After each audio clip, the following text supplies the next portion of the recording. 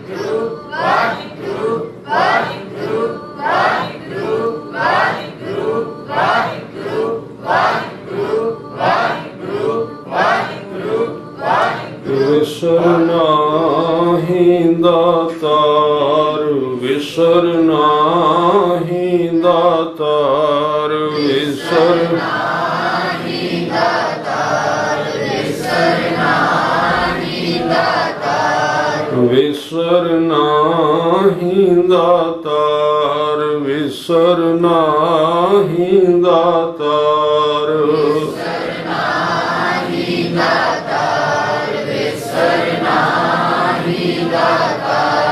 ਆਪਣਾ ਨਾਮ ਦੇਹੋ ਆਪਣਾ ਨਾਮ ਦੇਹੋ ਆਪਣਾ ਨਾਮ ਦੇਹੋ ਆਪਣਾ ਨਾਮ ਦੇਹੋ ਗੁਣ ਗਾਵਾਂ ਦਿਨ ਰਾਤ ਗੁਣ ਗਾਵਾਂ ਦਿਨ ਰਾਤ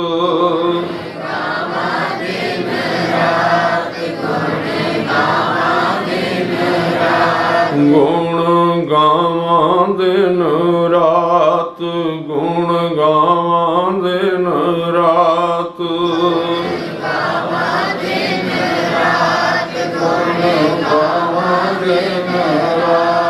ਨਾਨਕ ਚਾਉ ਇਹੋ ਨਾਨਕ ਚਾਉ ਇਹੋ ਨਾਨਕ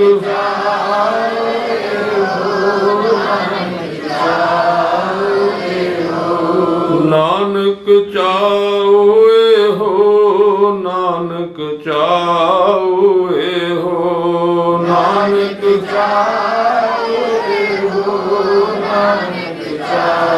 ਇਹੋ ਵਿਸਰ ਨਾਹੀ ਦਾਤਾਰ ਵਿਸਰ ਨਾਹੀ ਦਾਤਾਰ ਵਿਸਰ ਨਾਹੀ ਦਾਤਾਰ